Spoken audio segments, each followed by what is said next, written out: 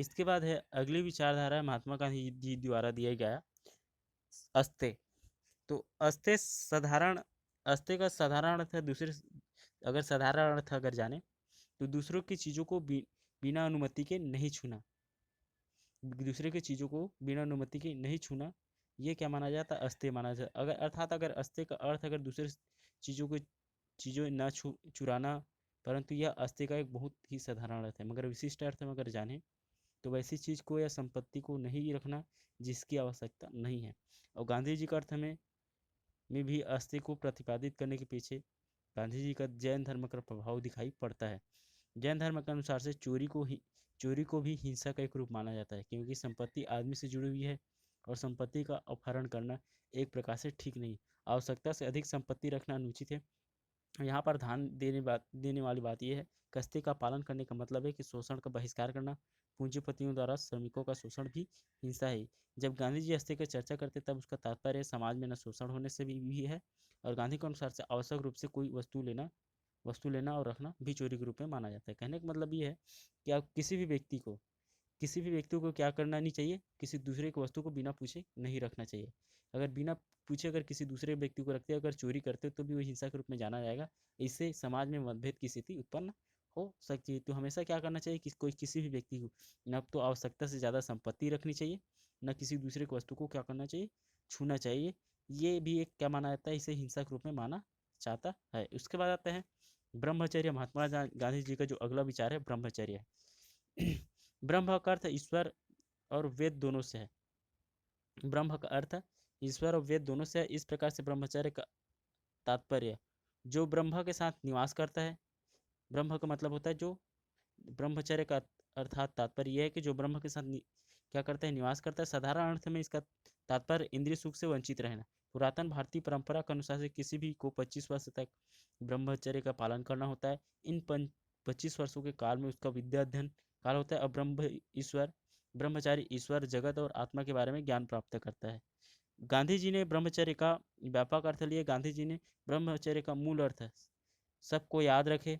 ब्रह्मचर्य का अर्थ ब्रह्म की सत्य की साधना में चर्या अर्थात तत्व संबंधी आचार तथा सभी इंद्रियों पर संयम रखना माना है आवश्यक माना। कहने का मतलब अगर सामान्य अर्थ में ब्रह्मचर्य माने तो जो व्यक्ति क्या करना, हर व्यक्ति में क्या करना चाहिए, ब्रह्मचर्य का अगर देखें तो सब अपने सभी इंद्रियों पे क्या करना, नियंत्रण रखना। अगर किसी प्रकार की अगर अगर अगर आपके मन में ब्रह्मचर्य के दौरान अगर अगर किसी भी उपवास के समय अगर आपके मन में क्या आ जाता है, आपके मन में किसी के प्रति अगर वासना जागृत हो जाती है, अगर किसी प्रकार की लालच और चाह इच्छा जागृत हो जाती है, तब उसे ब्रह्मचर्य नहीं माना जाता। उनका मानना है कि एक इंसान तभी अपनी अपनी अस्तित्व को या अपने उद्देश्य को तभी प्राप्त कर सकता है जब इंसान क्या करेगा, ब्रह्मचर्य को प्राप्त करेगा। बिना ब्रह्मचर्य को प्राप्त किए जब तक वो अपनी इंद्रियों को काबू में नहीं रखेगा, अपनी काबू में नहीं रखेगा, तब तक अपने उद्देश्य को प्राप्त नहीं कर सकता। इसलिए महात्मा गांधी जी का मानना है कि हर इंसान को ब्रह्मचर्य का पालन करना चाहिए। ब्रह्मचर्य का पालन करना सिर्फ शादी नहीं करना, पूजा पाठ में लगा रहना ही नहीं होता, बल्कि अपनी जो समस्त इंद्रियां हैं, इंसान के अंदर जितनी भी इंद्रियां हैं, उन सभी इंद्रियों में क्या करना, नियंत्रण रखना ही क्या माना जाता है, ब्रह्मचर्य माना जाता है। और इसी के संबंध में महात्मा गांधी जी ने कहा है। उसके बाद आता है अपरिग्रह। तो अपरिग्रह अगली अगली जो उसकी विचारधारा है अपरिग्रह। तो अस्ते को निषेधात्मक रूप में अगर समझा गया है, अस्ते को निषेधात्मक रूप से समझा गया है, जैसे कि चोरी ना करना। किंतु अपरिग्रह को भावनात्मक रूप में लिया गया। अपरिग्रह का तात्पर्य है जो कुछ भी है उसमें संतुष्ट रहना, और जो कुछ भी हो उसे स्वीकार करना, अधिक की आशा न करना ही क्या माना जाता है, अपरिग्रह माना जाता है। गांधी जी का मानना है कि जब इंसान के पास क्या होता है, जब व्यक्ति असंतुष्ट रहता है, जब उसको क्या मिलता है, उसके पास जितनी चीज़ें हैं उससे संतुष्ट नहीं रहता और ज़्यादा से ज़्यादा की अपेक्षा रखता है, तो क्या करता है वो व्यक्ति, फिर चोरी है और गलत कार्यों में वो पड़ना प्रारंभ हो जाता है। फिर वो क्या करता है, किसी भी व्यक्ति को गलत रास्ते पर ले जाता है। इसलिए महात्मा गांधी जी का मानना है कि इंसान को हमेशा जितनी वस्तु उसके पास है और जितने में है, जितनी वस्तु उसके पास है, उन सभी व्यक्ति को उतने में खुश रहना चाहिए और ज़्यादा से ज़्यादा की अपेक्षा नहीं करना चाहिए। और ज़्यादा का अगर अपेक्षा करोगे तो क्या होता है, ज़्यादा की अपेक्षा करने से इंसान में क्या होती है, दुर्भावना की पैदा होना प्रारंभ हो जाता है। जैसे कि पूंजीपति ज़्यादा से ज़्यादा संपत्ति एकत्रित करना चाहता है, इसके कारण से क्या हो जाता है, वो फिर जो मजदूर है उसे शोषण करना प्रारंभ कर देता है, और जिसके कारण से फिर आर्थिक विषमता या सामाजिक विषमता आना प्रारंभ हो जाता है, जिसके कारण से क्या है, फिर मतभेद की स्थिति या क्रांति का रूप वो धारण कर लेता है। तो हमेशा एक इंसान को क्या करना चाहिए, उतनी ही चीज़ें रखना चाहिए जिसकी जितनी उतनी आवश्यकता है, और ज़्यादा की आवश्यकता या आकांक्षा नहीं रखनी चाहिए, ये उनका मानना है। उसके साथ साथ उसकी जो अगली विचारधारा है वो कि रोटी के लिए श्रम। रोटी के लिए श्रम का सिद्धांत गांधी जी ने शारीरिक श्रम की महत्ता को जोर दिया है। वे मार्क्सवादी के इस धारणा को मानते हैं कि समाज में जो भी व्यक्ति श्रम नहीं करता वो खाने का अधिकार नहीं है। तो इसी प्रकार महात्मा गांधी जी ने भी कहा है कि अगर किसी व्यक्ति को अगर खाना है तो हर व्यक्ति को क्या करना चाहिए, कम से कम कुछ ना कुछ काम करना चाहिए, तभी क्या करना चाहिए, उसे खाना चाहिए। नहीं तो क्या होता है, अगर कोई भी व्यक्ति अगर बिना काम किए अगर खाते हैं, ऐशो आराम से खाते पीते हैं, तो फिर क्या हो जाती है, फिर व्यक्तियों के मन में वीआईपी कल्चर या जो विशिष्टता की भावना है वो पैदा होना प्रारंभ हो जाता है। अब जब विशिष्टता की भावना पैदा होता है तो फिर क्या होता है, फिर वो समाज के लिए बेहतर नहीं होता है और गलत तरीके से व्यवस्था को संचालित करने का काम करता है। इसलिए हर व्यक्ति को रोटी की, अगर कोई रोटी खाता है तो उससे हमेशा काम करना ही चाहिए। उसके बाद आते हैं अगली जो विचारधारा है महात्मा गांधी जी की, असहयोग। तो सत्याग्रह की प्रविधि में असहयोग का प्रथम विधि माना जाता है। अगर किसी भी व्यक्ति को अपनी जो सत्य का जो प्रयोग है, सत्य का जो प्रयोग है उसको अगर लोगों पर लागू करना है तो उसका सबसे पहला विधि माना जाता है, असहयोग का सबसे पहला विधि माना जाता है। क्योंकि गांधी जी ने इसे क्या माना जाता है, संतृप्त छुपा हुआ प्रेम को व्यक्त करने का एक क्या माना जाता है, एक तरीका माना जाता है। उसके माध्यम से इसका अभिप्राय यह है कि जिस व्यक्ति को असत्य, अवैध, अनैतिक एवं अहितकर समझता है, अर्थात जिसे व्यक्ति बुराई समझता है, उन सभी का सहयोग नहीं करना चाहिए। असहयोग का मतलब, कहने का मतलब ये कि आपको लगता है कि इस काम करने से मुझे हानि होगी, मुझे गलत लगता है, उस काम को नहीं करना चाहिए। इस प्रकार के जो काम होते हैं उसे असहयोग माना जाता है। कहने का मतलब ये कि महात्मा गांधी ने नैतिक दृष्टिकोण से असहयोग का प्रयोग उन्होंने अपने आंदोलन के समय इस हिसाब से किया था कि क्योंकि बहुत सारे जो जो अंग्रेज शासन थे, अंग्रेज शासन किए थे, क्या थे, उन्होंने भारत को पहले उन्होंने उन्होंने भारत के लोगों को उन्होंने सबसे पहले क्या किया, जब उन्होंने प्रथम विश्व युद्ध में भाग लिया तब उन्होंने क्या किया, करना प्रारंभ किया, भारत के लोगों को उन्होंने विश्वास में लिया कि जब प्रथम विश्व युद्ध में सहयोग करेंगे भारत के लोग तो आज़ाद कर देंगे। फिर उसके बाद उन्होंने जब क्या किया, प्रथम विश्व युद्ध में के बाद अंग्रेज ने क्या किया, भारत को विश्वासघात करते हुए, उसको छल करते हुए उन्होंने उसको स्वतंत्रता नहीं की। तो महात्मा गांधी जी ने क्या किया, उसको सबक सिखाने के लिए उन्होंने असहयोग आंदोलन उन्होंने लाया। असहयोग आंदोलन में उन्होंने क्या किया, असहयोग आंदोलन में उन्होंने जितने भी नागरिक थे भारत के, उन सभी नागरिकों के उन्होंने आह्वान किया कि आप अपने जिन क्षेत्रों में अगर काम करते हैं, वह व्यक्ति आपके साथ गलत करता है, आपको सही उचित सम्मान नहीं देता, उचित उसके मूल्य नहीं देता है, तो क्या करो, आप इन सभी व्यक्तियों के साथ काम करने से मना कर दीजिए।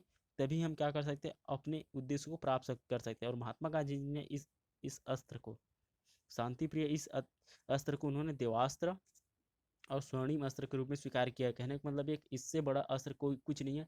क्योंकि उनका मानना है कि आप क्या कर देते हैं, किसी भी क्षेत्र में काम करने वाले जो मालिक है, अगर उसको काम करने से, अगर उसके साथ काम करने से अगर मना कर दोगे तो एक दिन दो दिन वो क्या करेगा, आपके बिना काम चला सकता है, मगर एक निश्चित अवधि के बाद वो क्या करता है, उस काम को पूरा करने के लिए आपकी आवश्यकता पड़ेगी और आखिर में आके के आपके सामने उसे झुकना पड़ेगा। इसलिए उनका मानना है कि हमेशा आदमी को क्या करना चाहिए, अपने उद्देश्य को मनाने के लिए, अपने उद्देश्य को पूरा करने के लिए असहयोग को रीति को अपनाना चाहिए। इसमें किसी भी प्रकार का जोर जबरदस्ती, लूट मार, गुंडागर्दी भी या अन्य तरीकों को नहीं अपनाना चाहिए। मगर फिर भी क्या है, ये तो असहयोग उन्होंने देवाश्रम स्वर्णिम अस्त्र माना है। मगर असहयोग आंदोलन या असहयोग की जो सोच है उसको भी क्या है, कुछ रूप बताएं जिसके माध्यम से हम क्या कर सकते हैं, अपने उद्देश्यों को पूरा कर सकते हैं। जिसका पहला स्वरूप हड़ताल को माना है। महात्मा गांधी ने असहयोग का पहला स्वरूप हड़ताल को माना है। विरोध विरोध स्वरूप कार्य को स्वेच्छापूर्ण बंद करने का जो तरीका है उसे हड़ताल के नाम से जाना जाता है। विरोध स्वरूप कार्य को स्वेच्छापूर्ण बंद करने का जो तरीका है उसे हड़ताल के नाम से जाना जाता है। हड़ताल एक ऐसा साधन है जिसके द्वारा व्यक्ति अपने समूह एवं समाज अपने भाव को प्रकट कर सकता है, और हड़ताल जनता के दुख दर्द को प्रकट करने का एक माध्यम माना जाता है। राष्ट्र की राय प्रकट करने का एक तरीका या विराट सभाओं को की अपेक्षा कहीं अधिक प्रबल मानी जाती है। कहने का मतलब ये है कि सत्याग्रही को कहीं पर अगर हड़ताल कर रहे हैं तो बिना जोर जबरदस्ती की, लूट मार के या गुंडागर्दी के, बिना आतंक कोई के क्या करना चाहिए, अपने मालिक के खिलाफ या कोई कार्रवाइयों के खिलाफ क्या करना चाहिए, किसी भी कार्रवाई के खिलाफ हड़ताल करना चाहिए। इसके आधार पर क्या किया जा सकता है, अपने उद्देश्यों को प्राप्त किया जा सकता है। इसी के आधार पर महात्मा गांधी ने दक्षिण अफ्रीका में जरल स्मर्ट के होश उड़ा दिए थे। उसके साथ साथ कुछ पुरानी शिकायत को चंपारण में उन्होंने दूर करने का कार्य किया। उसके साथ साथ उन्होंने दूसरा स्वरूप बताया सहयोग का, सामाजिक बहिष्कार। सामाजिक बहिष्कार करने का मतलब ये गांधी जी का मानना था कि जिस तरीके से प्राचीन समय में गाँव में होता था बाइकआउट, सोशल बाइकआउट है, जिसमें क्या करता था, अगर कोई भी व्यक्ति गांव में या समाज में बनाए हुए नियम एवं कानून को अगर नहीं मानता है तो पूरे गांव के लोग उसे क्या कर देते थे, उसके साथ रहना, खाना पीना, लेना देना सब बंद कर देते थे। उसके बाद क्या है, बाकी जो लोग हैं बाकी जो लोग हैं उसे देख कर क्या करते थे, बाकी जो लोग हैं गांव के नियम एवं कानून को तोड़ने का काम नहीं करते थे। ये भी एक क्या है, असहयोग है, उसकी किसी भी कार्य में सहयोग न करना, ये भी असहयोग है। तो महात्मा गांधी जी भी क्या है, इससे पक्षधर रहे। उनका मानना था कि अगर कोई व्यक्ति, अगर आपको क्या है, समाज या नियम एवं कानून के खिलाफ अगर किसी प्रकार का अगर काम करता है तो उसका क्या कर देना चाहिए, सामाजिक बहिष्कार कर देना चाहिए। सामाजिक बहिष्कार करने से क्या हो जाएगा, उस व्यक्ति को क्या है, जो जो नियम एवं कानून है, जो व्यवस्था है, उसकी कीमत पता चल जाएगी। इससे क्या किया जा सकता है, बेहतर व्यवस्था को बेहतर किया जा सकता है। उसके बाद जो अगला स्वरूप है असहयोग आंदोलन का, वो धरना है। धरना देने का उद्देश्य विचारों को बदलने से होता है। धरना देने का उद्देश्य विचारों को बदलने से होता है। यह अनिवार्य रूप से शांतिमय होना चाहिए। इसमें असभ्यता का व्यवहार और जोर जबरदस्ती धमकी का प्रयोग नहीं होना चाहिए। कहने का मतलब है कि एक दबाव, पुतलो जलाने या गाड़ने या भूख हड़ताल से रहित होना चाहिए।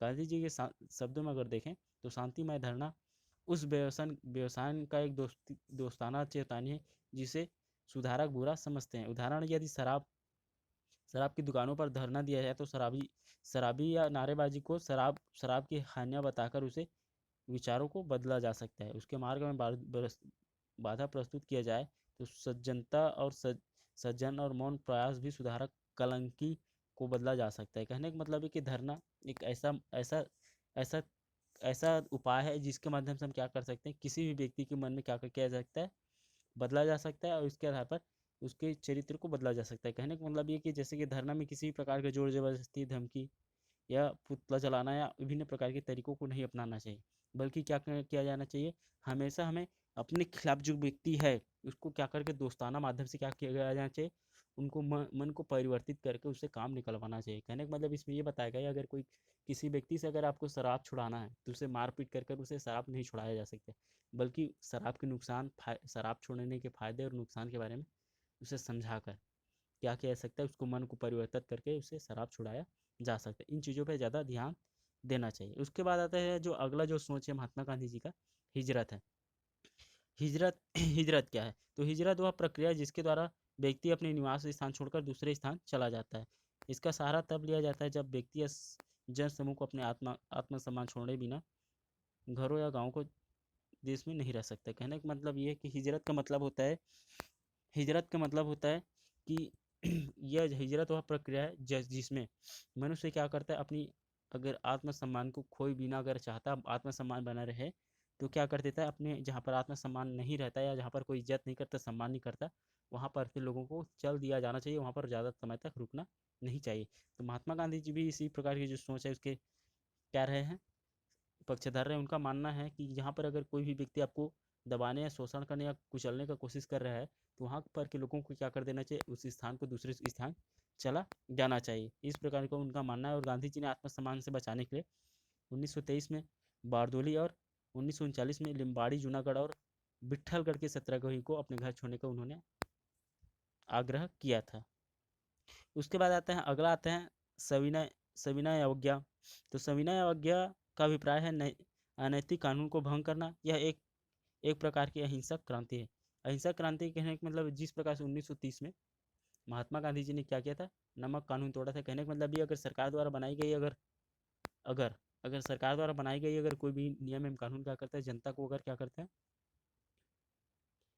क्या करता है उसको हानि पहुंचाने का काम करता है, परेशान करने का काम करता है, तो महात्मा गांधी जी का मानना था तो बिना किसी प्रकार के हिंसा का प्रयोग किए क्या किया जाना चाहिए, एक सामान्य मनुष्य को सरकारी जो नियम एवं कानून है उसको क्या कर देना चाहिए, उसको पालन न करने का पालन करना चाहिए। अगर उसे पालन नहीं करेंगे तो सरकार ज़्यादा दिन तक क्या नहीं कर पाएगी, आप तक किसी भी प्रकार की नियम एवं कानून को थोप नहीं सकेंगे और बाद में फिर एक अंत समय में क्या करना पड़ेगा, उस कानून नियम एवं कानून को उसको बदलना पड़ेगा, जिस तरीके से नमक कानून को अंग्रेज सरकार को बदलना पड़ा था। उसी प्रकार महात्मा गांधी जी का मानना है कि सविनय अवज्ञा आंदोलन के माध्यम से भी हम अपने उद्देश्यों को प्राप्त कर सकते हैं। उसके बाद आते हैं उपवास। अंत उपवास, तो उपवास महात्मा गांधी जी ने उपवास की जो सोच है, उपवास को उन्होंने ऐसा सत्र माना है जिसे व्यक्ति अपने ऊपर स्वयं लागू करता है। यह सत्याग्रह के सबसे प्रमुख शक्तिशाली अस्त्र के रूप में इसे माना जाता है।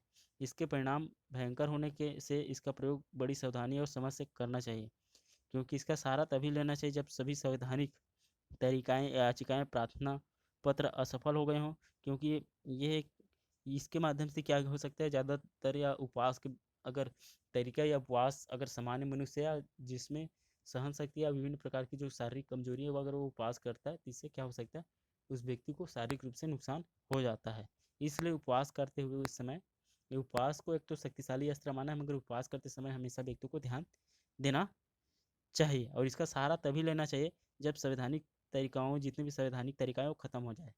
मगर जो उपवास है उसे एक आध्यात्मिक औषधि के रूप में भी माना जाता है, क्योंकि उपवास कई आधारों पर किए जा सकते हैं, आत्मशुद्धि के लिए, स्वास्थ्य के लिए, पश्चाताप के लिए, सार्वजनिक हित के लिए और अन्याय के प्रतिरोध के लिए भी क्या किया जा सकता है, उपवास किया जा सकता है। या तो उपवास दूसरे के जो हृदय है उसको परिवर्तन करने के लिए भी किया जा सकता है। मगर उपवास कैसा भी हो, प्रत्येक व्यक्ति को सावधानी और सतर्कता बरतनी होती है, क्योंकि उपवास में कई मर्यादाएं, उदाहरण के तौर पर अगर मर्यादाएं होती हैं, उदाहरण के तौर पर अगर देखें तो उपवासी में स्वार्थ, रोष, अविश्वास का भावना तनिक नहीं होना चाहिए।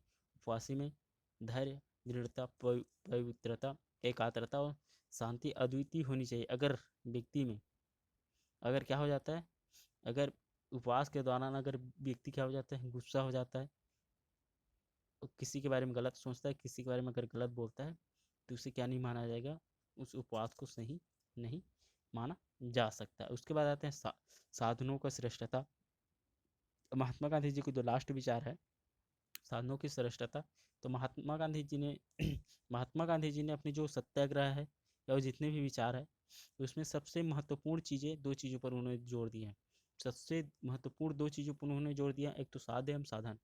साध्य एवं साधन कहने का मतलब है कि साध्य का मतलब होता है उद्देश्य और साधन का मतलब होता है जिससे होकर हम अपने उद्देश्य को प्राप्त करते हैं। महात्मा गांधी जी ने हमेशा माना है, हमेशा से उन्होंने क्या किया है, साधनों पर उन्होंने जोर दिया है और उन्होंने हर व्यक्ति को उन्होंने क्या कहा है, उनका मानना है कि अगर किसी व्यक्ति को अपने उद्देश्य को अगर प्राप्त करना है, सत्य और अहिंसा के माध्यम से अगर उद्देश्य को अपना प्राप्त करना है, तो हमेशा व्यक्ति को क्या करना चाहिए, उन साधनों को चुनना चाहिए जिसमें पवित्रता हो। अगर कोई भी व्यक्ति अगर पवित्र साधन के माध्यम से क्या करता है, अपनी उद्देश्य को प्राप्त करना चाहता है या अपनी साधनों के माध्यम से अगर किसी रास्ते पे चलता है, तो आसानी से अपने उद्देश्य को प्राप्त कर सकता है, अगर साधन को प्राप्त कर सकता है। अगर को भी क्या करता है, बुरी या गलत चीज़ों के साधनों के माध्यम से अपने उद्देश्य को प्राप्त करना चाहता है, तो उसकी जो मंजिल है या उसकी जो अंतिम उद्देश्य भी क्या हो जाता है, बुरी संगत से परे हुए रहता है। इसलिए महात्मा गांधी जी का मानना है हमेशा श्रेष्ठ साधन, जो अच्छी या पवित्र साधन है अपने उद्देश्य को प्राप्त करने की, इन चीज़ों को अपनाना चाहिए और इसी के द्वारा अपने उद्देश्य को प्राप्त करने के बारे में उनका उनका ये जोर दिया गया है। अगर इस प्रकार से देखें तो गांधी जी ने जितने भी विचार दिए हैं वो सिद्धांत के माध्यम से नहीं, भारत में ही नहीं बल्कि विश्व के सभी देशों में उन्होंने खराब ख्याति प्राप्त की और सभी देशों की जो व्यवस्थाएं उसको बदलने के या लोगों के मन को, विचार को बदलने का काम उनके माध्यम से किया गया था।